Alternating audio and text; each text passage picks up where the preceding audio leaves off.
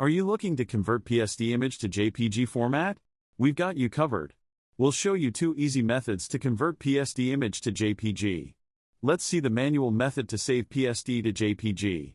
Using the Save As option, open your PSD file, go to File, and select Save As option. Choose JPEG as file format, set destination, and click Save.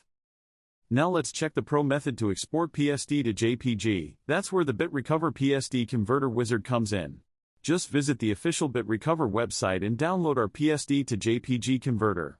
Launch the software, and click Next to begin. Add PSD files or folders.